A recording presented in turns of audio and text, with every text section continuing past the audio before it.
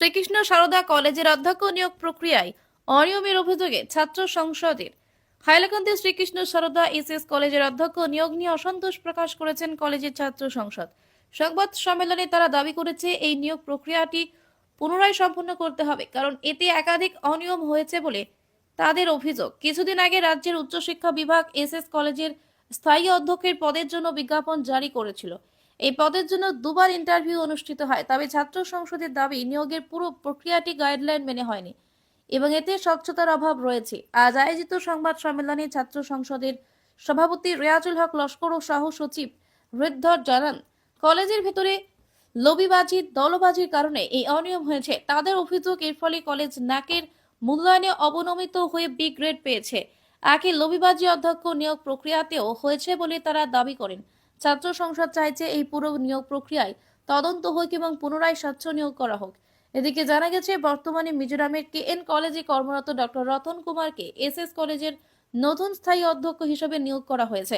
তবে কলেজ কর্তৃপক্ষের পক্ষ থেকে এই বিষয়ে এখনো কোনো আনুষ্ঠানিক প্রতিক্রিয়া পাওয়া যায়নি। হাইলাকান্দি থেকে Rahatul Akter. Myself Riazul Haq Laskar, President Student Union, Sri Krishna Sharda College, Hailakandi. We gather here for the purpose of changing of our principal of SS College, Hailakandi. As mentioned, the advertisement for the principal changing process was first held or first live on 9th of July, 9th of July 2024. And in this process, there were two or more candidates, but all of them were rejected by the selection committee and the head was Vice Chancellor of Assam University. And the candidate were rejected. After that, the second advertisement was live, and in this advertisement,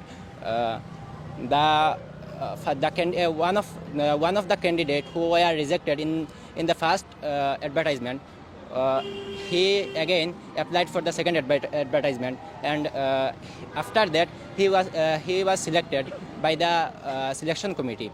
So our question is that the candidate who was rejected just before 1 month of second advertisement, after second advertisement, how he became eligible, how he became suitable for the same college, for the same post.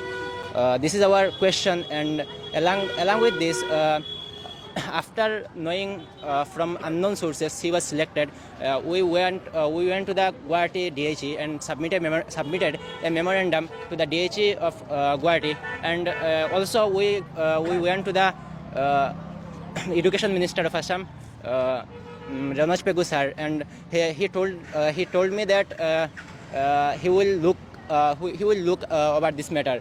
নমস্কাৰ, মই ঋদ্ধৰ, মই হাইলাকান্দি এছ কলেজৰ student কাউন্সিলৰ সহ সাধাৰণ সম্পাদক।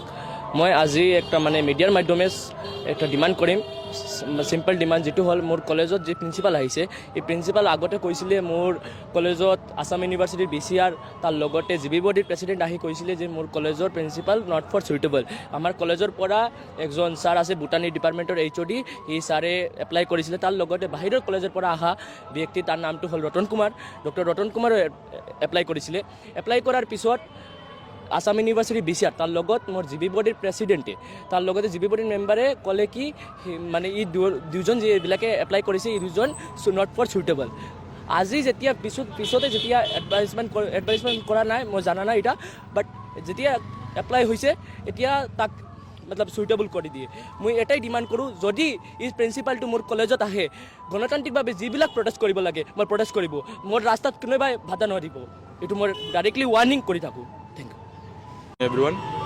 मैं general secretary SS college Hailakandi, जो हमारे आज यहाँ पे एकत्रित होके इस प्रेस मीट को बुलाने की एक ही वजह है, हमारे कॉलेज की प्रिंसिपल चेंज होने को लेके कुछ बातें।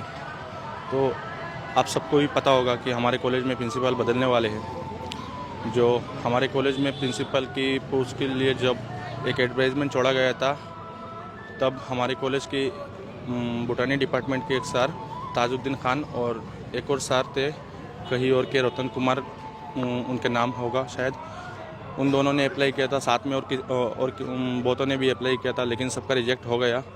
पहली बार जब असम यूनिवर्सिटी में उनका इंटरव्यू हुआ था, लेकिन पहली बार रिजेक्ट होने के बाद दोबारा जब एडवर्टाइजमेंट छोड़ा गया हमारी कॉलेज की प्रिंसिपल की पोस्ट को लेके, तब फिर से रतन कुमार सर सिलेक्ट हो गए। तो हमारी इसी बात को लेके हमारी जो टीम है, हमारे जो प्रेसिडेंट में हमारे एडवाइज़र और 2-4 मेंबर हम लोग गुवाहाटी तक गए हैं। गुवाहाटी तक जाने के बाद हम DHE तक ये मेमोरेंडम लेके गए कि जो बंदा पहले रिजेक्ट हो चुके हैं वो दोबारा कैसे सिलेक्ट हो गए, वो तो पहले सूटेबल नहीं थे, फिर वो कैसे सूटेबल हो गए। तो इसी बात को लेके आज हमारी ये प्रेस मीट है कि हमारी ये बातें हमारी गवर्नमेंट हमारे असम के एजुकेशन मिनिस्टर तक पहुँचे। हमने उनको भी एक मेमोरेंडम दिया था और वो इस मामले पे ध्यान दे के इसको जल्दी से वो हमारी कोई सोल्यूशन दे, वरना हमारी कॉलेज की अभी जो हालत है वो बहुत ख़राब चल रहा है। हमें एक परमानेंट प्रिंसिपल की ज़रूरत है और परमानेंट प्रिंसिपल के साथ हमें हमारे कॉलेज की और कुछ इम्पोर्टेंट चीज़ों की भी ज़रूरत है जो हमारे एक परमानेंट प्रिंसिपल आने से ही बदल सकता है। इसीलिए हम यही डिमांड रखते हैं हमारे एजुकेशन मिनिस्टर से और DHE से कि असम यूनिवर्सिटी को आप लोग बोले कि एक बार और जो रीएडवर्टाइजमेंट छोड़ के एक परमानेंट प्रिंसिपल हमें दे। Thank you. প্রথমে নমস্কার, আমার নাম আব্দুল খান, আমি এই শ্রীকৃষ্ণ সারদা কলেজের 6 সেমিস্টারে পড়ি। আপনারা সবাই জানেন বোধহয় যে আমাদের কলেজে প্রিন্সিপালের পোস্টিং হবে, অ্যাডভার্টাইজমেন্ট হয়েছিল প্রথমে, আজ থেকে 4-5 মাস আগে অ্যাডভার্টাইজমেন্ট হয়েছিল।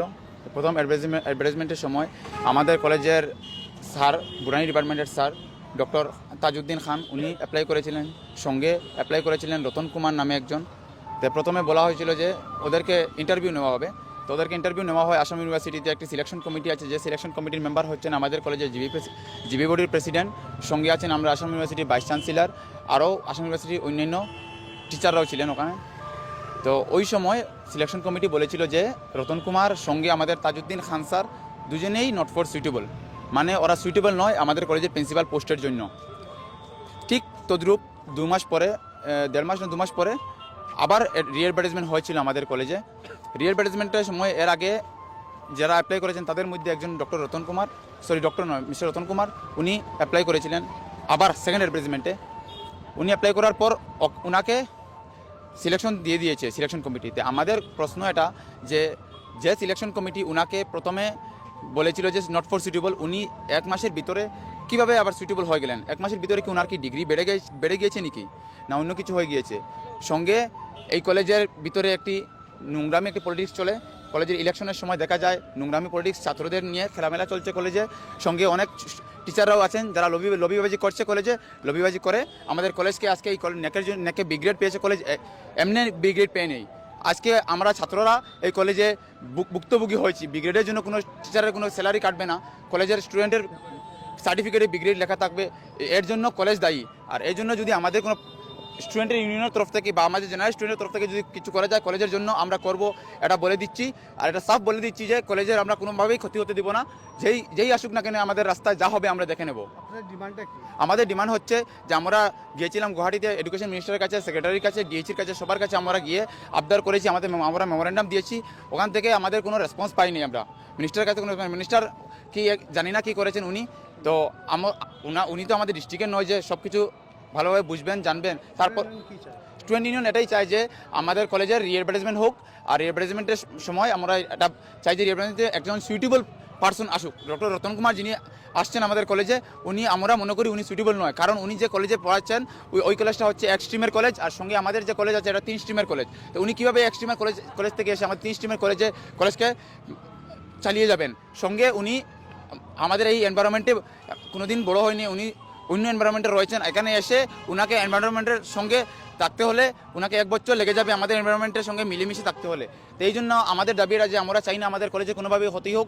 প্রিন্সিপাল যেই হোক না কেন, নট ফর সুইটেবল কোনো প্রিন্সিপাল আমরা চাই না এই কলেজে। এটা আমাদের সাফ দাবি আমাদের ইউনিয়ন থেকে। ধন্যবাদ। एवरीवन, मैं